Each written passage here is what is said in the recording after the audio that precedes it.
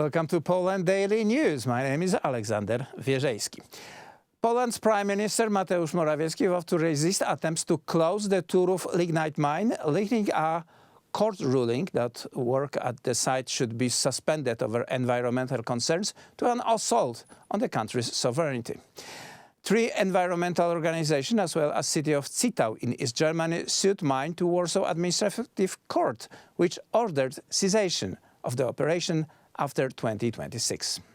On May 31st, the Voivodeship Administrative Courts in Warsaw ruled to close Turów Mine after 2026. In doing so, it undermined the decision of the General Directorate for Environmental Protection to allow mining until 2044. This is a judgment against the 60,000 people who work for the mine, who work in the vicinity of the mine, their cooperatives, the jobs, the families of these people. Miejsca pracy. He stressed that this ruling also affects Polish energy security. We are the guardians of Polish mining, Polish economy, Polish interests, and we will defend Polish mining. Bronimy polskie górnictwo. The Polish-Czech-German border area has other lignite mines, 5 in Czech Republic, 7 in Germany. Tamte nie przeszkadza. There is no trouble there. No one is suing there. No one is trying to stop operations there. No one is trying to liquidate there. Only Turów has become the object of constant attack. Tylko Turów stał się Environmental organizations, including Greenpeace, the Frank Bolt Foundation, the Eco-Unia Association, and the German city of Zittau, have filed a petition with the Voivodeship Administrative Court. Polska Grupa Energetyczna will appeal to the court's decision, arguing that only the applicants' arguments were reconsidered.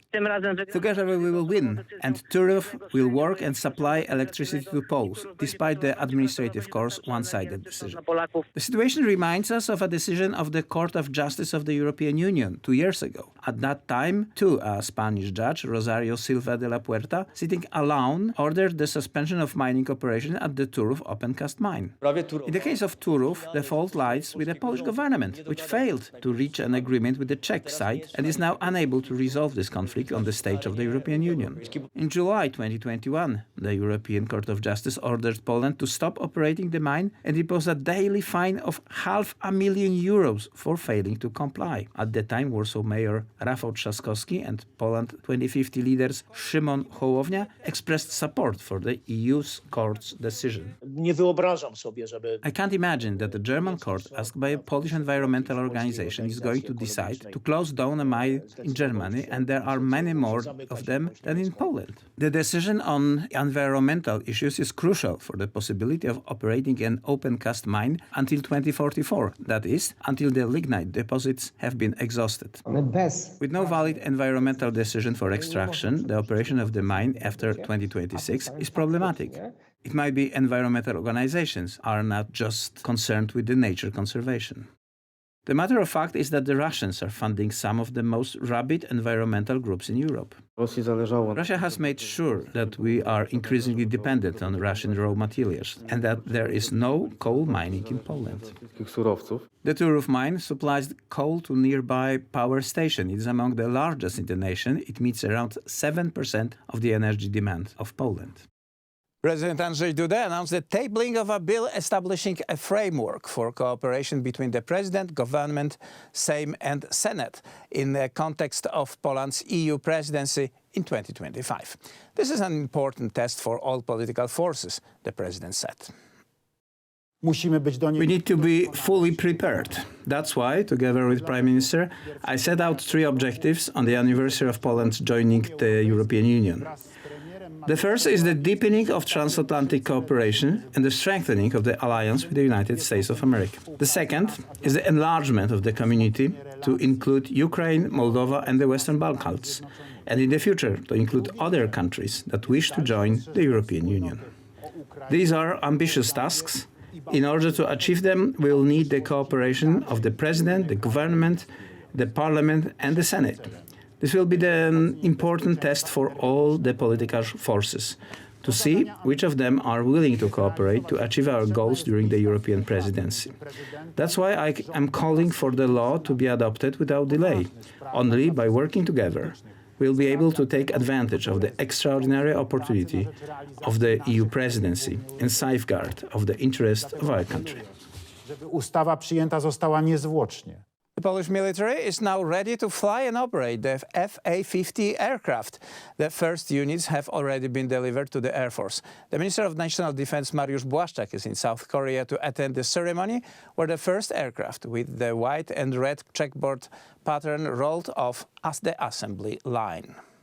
Minister Błaszczak pointed out that the cooperation with South Korea gives Poland the opportunity to provide the Polish army with modern equipment and thus contributes to strengthening of our security, while the implementation of the FA-50 deployment program will contribute to the Polish Air Force using only F-16, F-35s and FA-50s. You recall the extremely short lead time. The contract for the delivery of the airplanes was approved in September last year, and the first units are already arriving in Poland. The very good cooperation is not only an agreement for the purchase of the aircraft, but also training, package, logistics and simulators, as he pointed out. Poland will purchase 48 FA-50 aircraft in two variants. 12 aircraft to be delivered this year in the current configuration, valued at approximately $700 million of US dollars, while Poland will pay $2.3 billion for 36 aircraft in the FA-50PL variant, tailored to the needs of the Polish Air Force, including AESA radar and in-flight refueling capability. Ukrainians fled to trees and rooftops last night to escape flooding caused by the collapse of a dam, Kyiv says was blown up by Russia. Nearly 42,000 people remain at severe risk from flooding in Russian and Ukrainian-controlled areas along the Dnipro River after the Soviet-era Novakovka Dam collapsed, as the United Nations aid chief warned of grave and far-reaching consequences.